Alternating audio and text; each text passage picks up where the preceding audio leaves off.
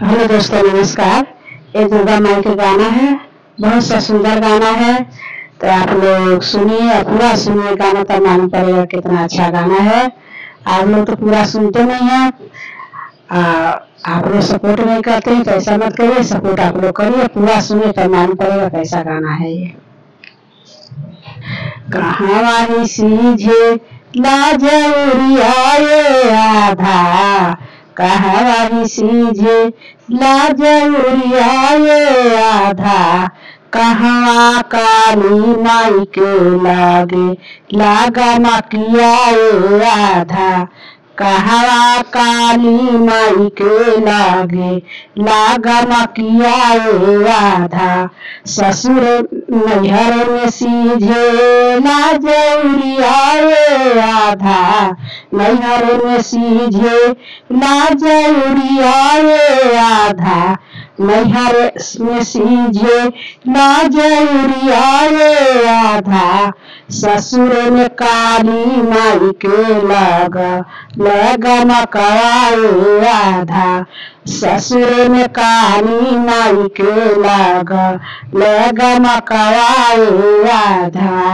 काली माई यही सुनी के गमकवा मुसु कहलिए आधा, काली माई सुनी के गमकवा मुसु कहलिए आधा।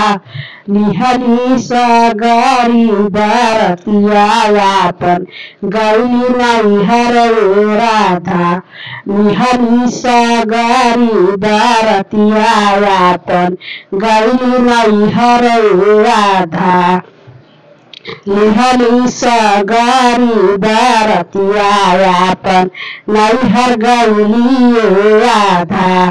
भौजी देई देबो जोड़ा नरवा खाए के आधा, भौजी देई देबो जोड़ा नरवा खाए के आधा। फेकलिया गिया झझकी पटकिए राधा, फेकलिया गिया झझकी पटकिए आधा। जेवनरवा खाहू न पवली काली माई आधा, जेवनरवा खाहू न पवली काली माई आधा।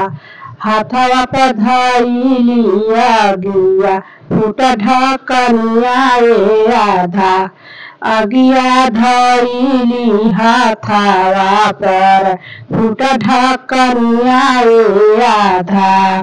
काली माई लगा निसरा पे आधा, काली माई लगनी सरा पे आधा, काली माई लगनी सरा पे आधा।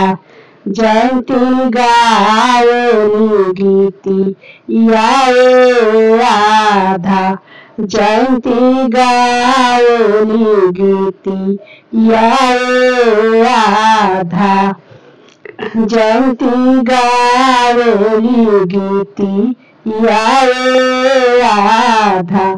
काली माई कही कहानिया आधा, काली माई कैसा कहानिया आधा।